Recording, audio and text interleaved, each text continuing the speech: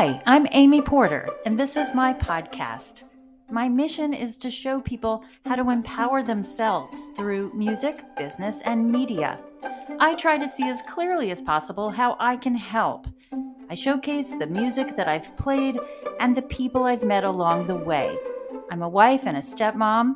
You might know me as a professor, a performer, a producer, a publisher, a recording artist. I'm the founder of a couple of nonprofits. Welcome in to my Porter Flute Pod.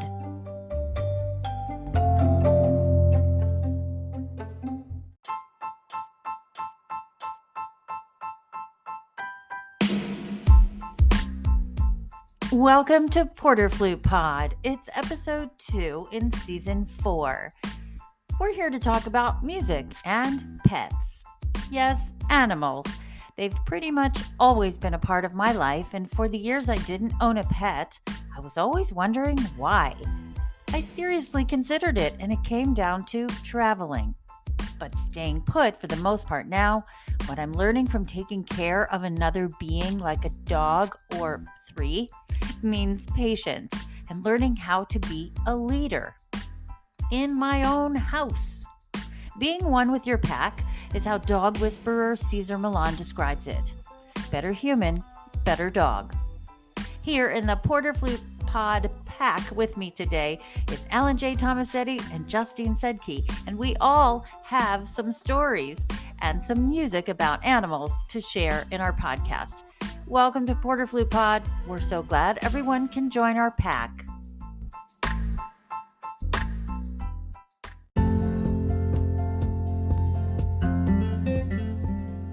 Let's talk about our animals and the music that we make. For instance, our schedules. It's pretty much the same. Our animals, they enhance our life, of course, but they need structure and we need structure.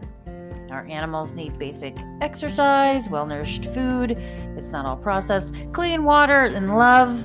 Sound familiar? We need all that too. Space and time and stress-free moments to practice. So, if we have a human-to-human connection and, discussion about structure with other humans, then we should have a human-to-animal commitment to structure as well. If you live off the land, you know that schedule to animals is everything from sunup to sundown. So let me talk about dogs for a moment. Dogs know when to eat, when to sleep, when we leave, and when we practice. And when this happens, we're guiding them to a routine. If you let your animal start to roam around the house when you're trying to work, they think they're in charge. They think they get to bark at everything, right? If I don't want to be interrupted, the dogs go in their crate. Now, by the way, the crate is a safe space. I'm not allowed in their crate, and they're not allowed in my certain spaces at certain times. Even for snoring, they get booted from the room. When I had cats in Atlanta, one of them would body slam the door until she was let out. It was terrible. I couldn't teach a flute lesson. And the other one, he walked over the piano keys when he felt like it. I had to do some interesting cat proofing in Atlanta. So, in Ann Arbor, having dogs, I swore to myself I wouldn't let the dogs be afraid of music, and I stayed away from the breeds that tended to bay and howl. So I'd like to play for you the music that I played first time I ever played the flute for my 6-week-old puppy. Her name is Mary, after my godmother, and she's half lab, half Rottweiler. We call her a Labweiler.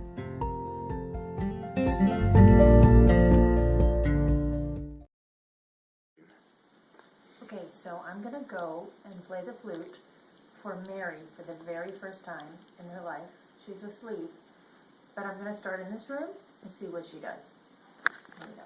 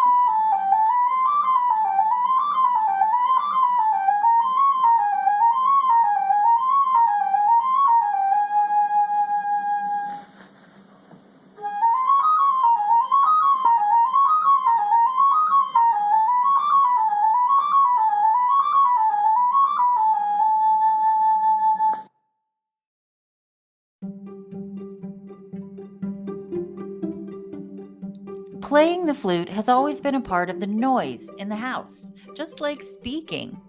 I know, I'm lucky. My dogs don't howl or run away. One person on my YouTube channel wrote, "You're lucky to have that dog. When I play, my dog runs away." And on Instagram, JennyB83 wrote, "My dog pieces out as soon as she sees me take my flute or piccolo out. Mary's such a good girl." Some fans write in words that my dogs might be saying. For instance, on Burbagate Sticks, when I was playing with my Irish Terrier Cinnamon in the video, one listener writes, "Cinnamon," she's thinking, "When will this end? I want to go in the other room." And Amy's thinking, "Well, it is Allegro Molto. Hold your horses." Cinnamon, "Folded ears." Some Instagram fans have written that I'm lucky my dog doesn't howl when I play. Sammy Musically I Am writes, "My Roddy howls every single time I play." Well, okay, I learned this from the American Kennel Club. It's akc.org.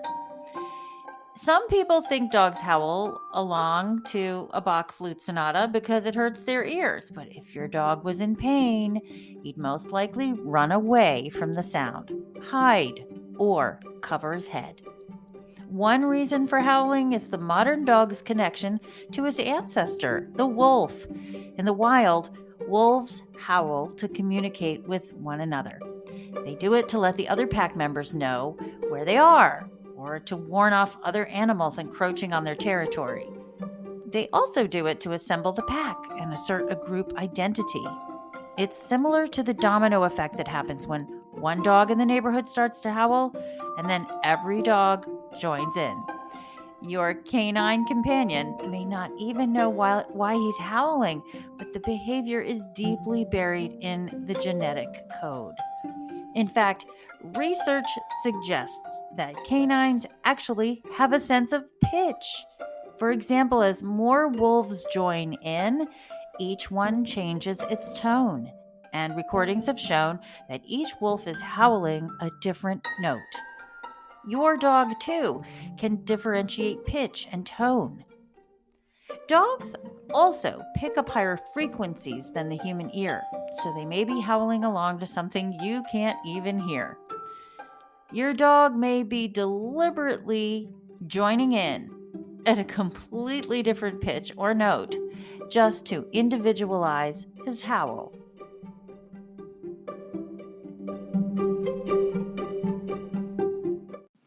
University of Michigan alum, composer Nina Shekhar plays flute, and she wrote Zoo Song for fellow alum Dr. Hannah Weiss.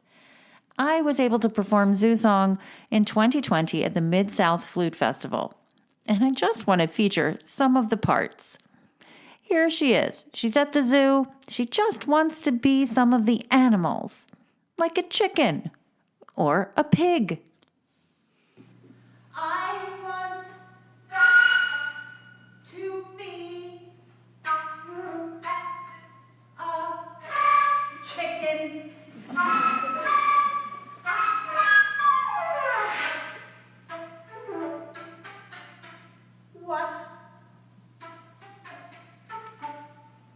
What do you know about pigs?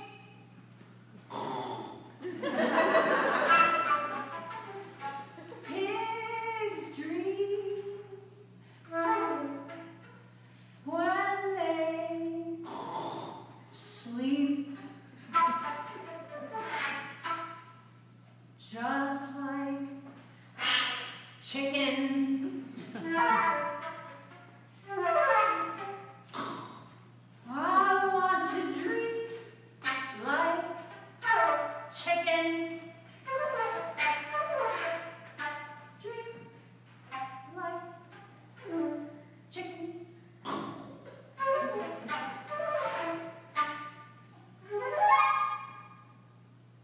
Chickens.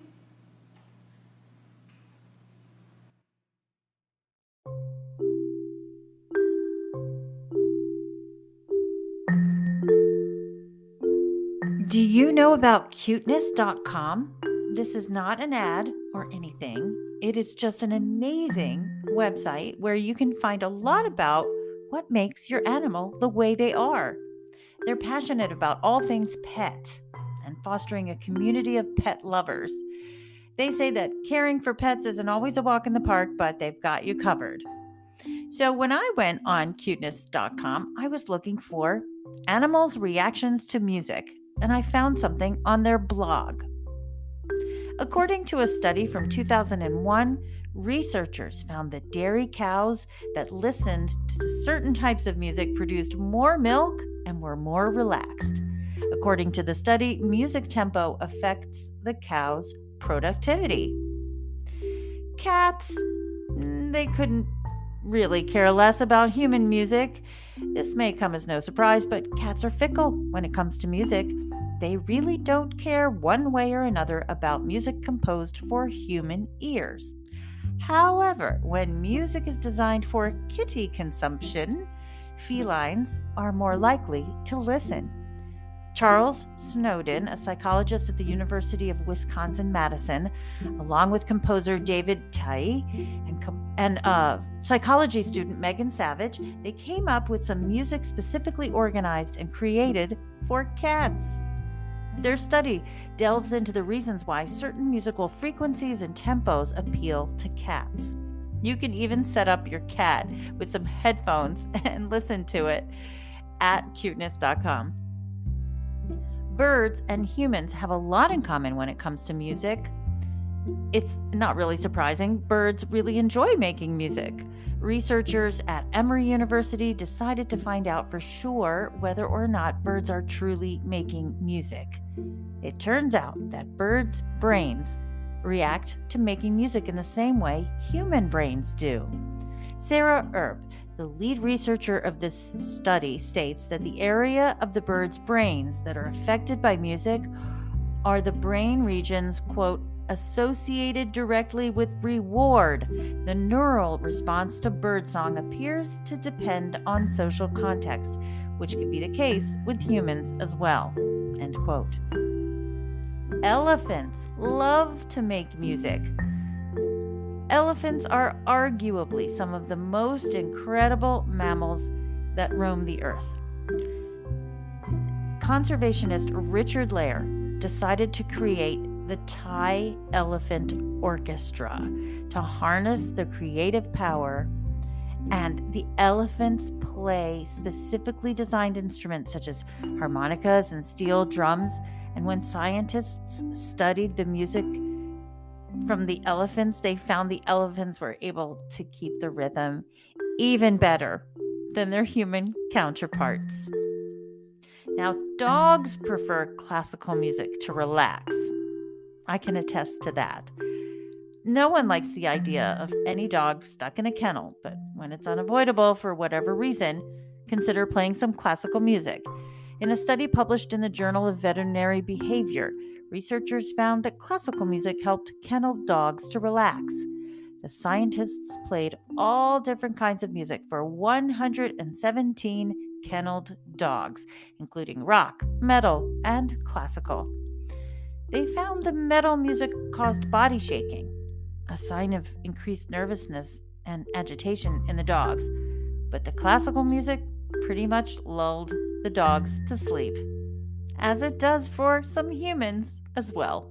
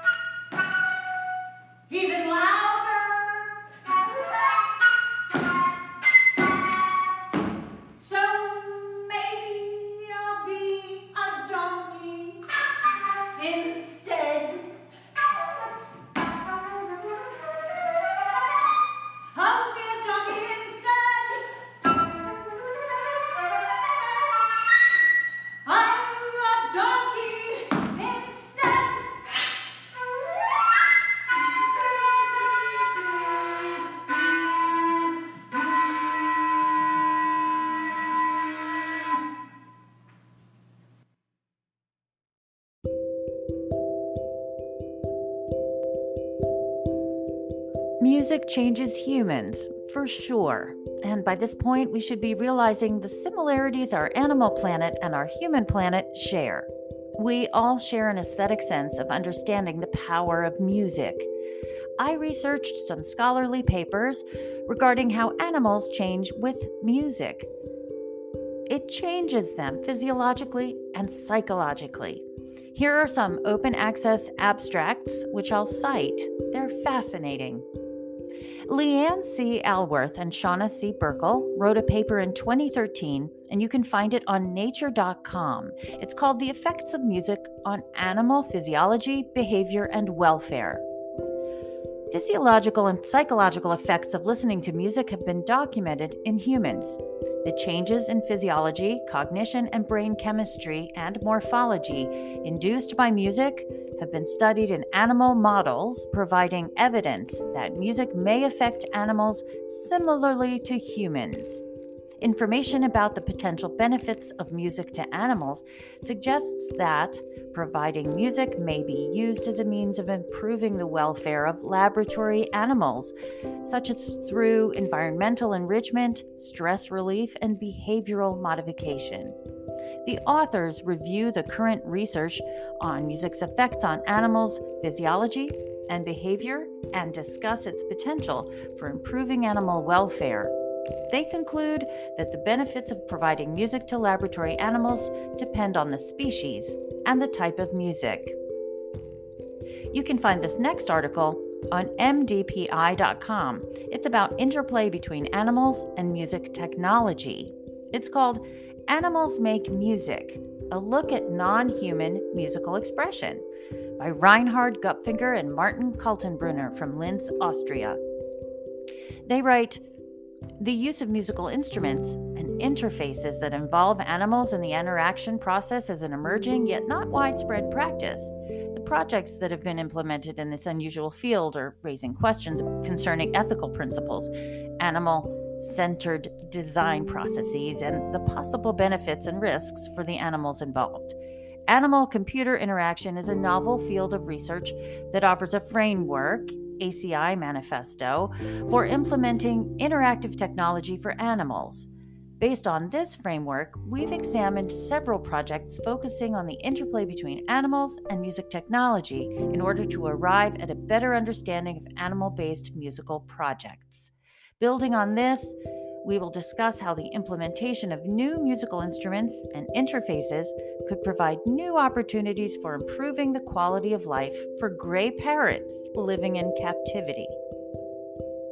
And lastly, this is an article you'll want to find from researchgate.net.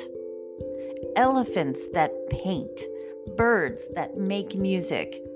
Do animals have an aesthetic sense? Art in its myriad forms has long been seen as a uniquely human gift, evidence of our advanced cognitive abilities and consciousness. In contrast, scientists have understood all animal behavior as survival value alone. But a magpie singing to itself embellishes its songs with trills, overtones, and a unique closing phrase. And animals as diverse as elephants, chimpanzees, and seals appear to enjoy painting. Two Australian scientists, Leslie J. Rogers and Gisela Kaplan, PhD, write that in the face of growing evidence for animals' complex cognitive abilities, we should not be too hasty in deciding whether what is art to us might also be art to them.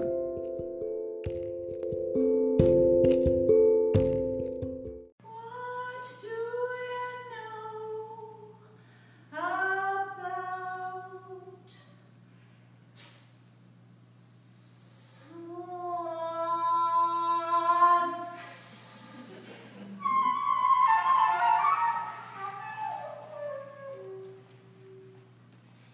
they sleep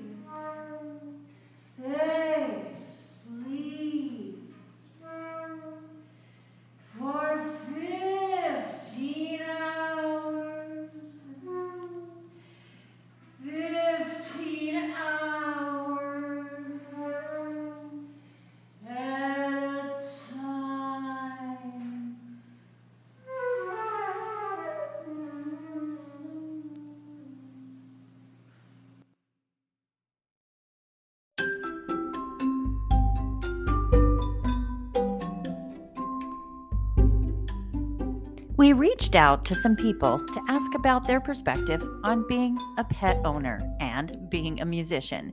So we'll hear from 3 people: Ellen Tomasetti from Porter Flute Pod, Justine Sedky, another producer from Porter Flute Pod, and a dear friend, Laura Dwyer.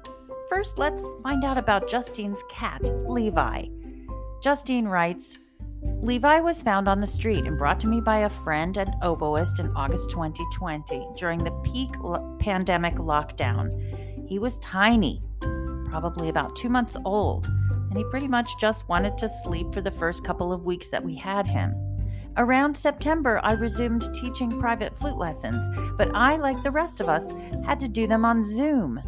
I wasn't sure how he was going to adjust to the sudden noises, and there were lots of noises. My students were all around 5th and 6th grade, but once I settled in and started to play scales with my students, he would fall right asleep. It was so refreshing. I had pets growing up who couldn't stand the sound of the flute, but it knocks Levi out. When my students would get frustrated about always missing the E naturals in their band piece, I would just point my camera at Levi and show them how happy he was to listen. He lightened the mood and made virtual flute lessons feel a little less bad for a minute each week. Now from Alan Tomasetti. Alan writes, I've always been an animal lover since I was little. I've had everything from dogs, cats, birds, fish, and even hermit crabs and hamsters growing up. And when I left for college, it really wasn't the same. My pets would listen to me practice and would certainly have an opinion about what I was playing. I couldn't get through Peter and the Wolf without my own bird trying to sing along. When I moved out to Arizona 11 years ago, I started out with a hamster, since living across the other side of the U.S. away from family was quite lonely. His name was Gizmo, and he was with me for 5 years, which was a long time for a hamster. Since hamsters are nocturnal, he slept while I was at work and was running all around his cage while I practiced at night. I felt like every time I played fast passages, he'd just run in his wheel faster. Having Gizmo reminded me the importance of structure, not only taking care of him, but also taking care of myself. Life needs structure. Now I have a 4-year-old lab boxer mix named Duke, and he's a therapy dog. When he's not sleeping in the sun or trying to chase birds away from our pool's waterfall, we volunteer our time at Arizona State University and the Mesa Police Department, where he gets petted by staff and helps make their days even better. I got him before the pandemic and while we were all in quarantine. Not only is he my practice buddy and lays at my feet while I play, but also I spent the time I had at home training him, which really helped better my own mental health. That structured routine and his training regimen not only helped Duke become the extremely well-behaved and even obtained 7 AKC titles, but also it reminded me that structure in my daily life has helped me get through the tough times, providing stability and knowing what to expect when. Speaking of structure, most recently I got a 200-gallon saltwater aquarium that I plan to keep fish in and coral and invertebrates and have my own little piece of the ocean out here in the desert. Yes, it may be a lot of work, but for someone like me that always needs to have something to do in order to feel peace of mind, it's certainly doing the job. No matter how large or small the pet may be, they were all teaching me as much as I was teaching them that structure and routine leads to a happier and more balanced lifestyle. Now last, let's hear my Anatomy of Sound partner Laura Dwyer share her thoughts about her cats, one of whom I believe is a mixed-up dog.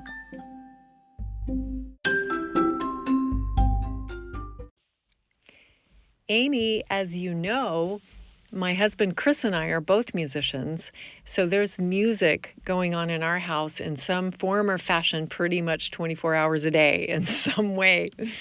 And we have two beautiful Persians that we adore. One is a big black Persian with orange eyes, and then we have a smaller calico Persian with yellow eyes, and we just adore them. They're beautiful kitties, and they're a huge part of our lives. And they love music. They love to come in when I get my instrument out, and often Angel will hop up in my lap when I'm playing. That little sweet calico kitty will hop up in my lap and go to sleep while I'm playing. That is until I get into the high register. She is super not a fan of the upper register. So as soon as I get up around E natural F above the staff, she's done once out. So she jumps off my lap and goes over to my studio door and is demanding to be released. Bear he doesn't get in my lap. He doesn't mind being in the room with my high notes at all. So he'll sleep in the corner and is a part of my practice routine. But actually, both of the cats prefer the horn. That's the instrument of choice. They both love to be anywhere near Chris when he's practicing, and they don't mind. They'll sit right behind his bell if that's what, if there's a spot to sit, they will sit right behind his bell and sit there and sleep while he's practicing for hours. They adore the horn. When we lived in St. Louis, Chris practiced down in the basement, just because it was a very big room and it allowed him to really use the space. And so he would sit down in the basement for hours, and there were all these different corners and spots. And there was a place where we had suitcases stored, and so the cat would sleep on top of the suitcase and just be as near as he could to Chris's horn. They also liked to get up on the stairs and look down on Chris while he was practicing, and they love it. They love the horn more than the flute, I have to say. It's a little insulting, I don't mind telling you.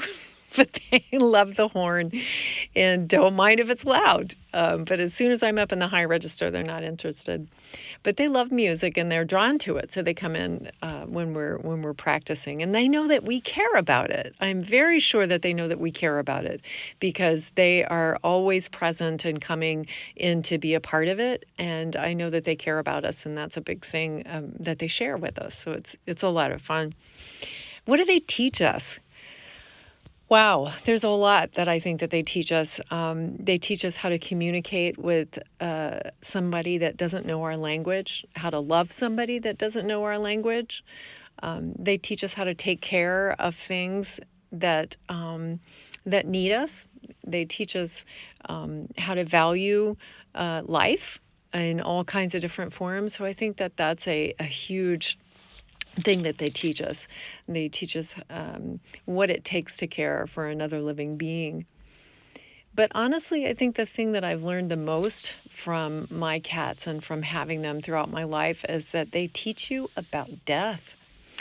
They teach us so much about the process of death, what's going to happen, when it's coming, how to know when life is starting to ebb, what to do, how to be kind, how to let go, how to understand that it's better for a pet or a person to go and to move on to another realm and not stay because it's either too painful or it's just not possible.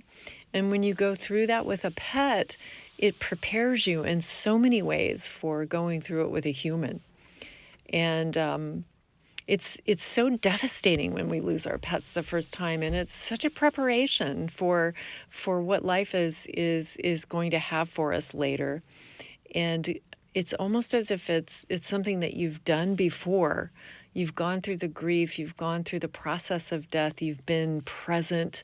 If you were there with your pet when they passed, that you've been present with the pet. You've been present with someone as they move to another realm. And I think that's the biggest lesson that I learned from my pets. The first time I lost a pet and the other times as I've moved through my life, because I'm always going to have cats. They teach us so much about life, love, and the end of life.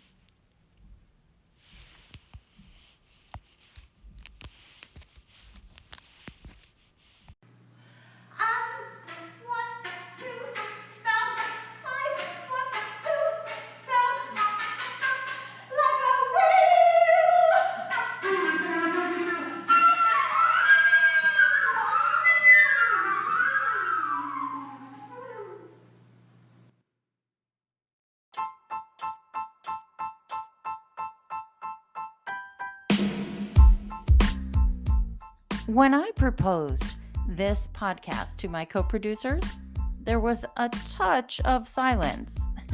And then I began explaining how important it was to me to make sure that the music in the house was working okay with the animals in the house. On Facebook, just tonight, I got 2 comments from 2 flutists, and I'd like to share them to finish the podcast. Rosalie Morrow writes, "When I used to practice piano to accompany students for their solo and ensemble festivals, my cat Cuddy would jump up on the piano bench and watch me." And she put a really cute photo there. Maddie Aiken writes about her dog, "My little cowgirl used to love when I would come home from school and play piano. She would run to the room and curl right up under the soundboard and then protest when it was time to go for a walk. I miss her every day, and I loved practicing for Lillian and Mary too, the best listeners." Yes, Maddie, thank you for watching Lillian and Mary and practicing for them. You can join us next time on Porter Flute Pod. My guest is colleague Kathy Stewart. She's a Baroque flutist who teaches here Baroque flute lessons at University of Michigan. We have a series on YouTube called Quant's Quickies. You can find me at my websites, amyporter.com or porterflute.com. And on social, I'm Porterflute on Instagram, Twitter, and YouTube. And on Facebook, I'm Amy Porter Flutist. Thanks for being here. I'm so grateful for you.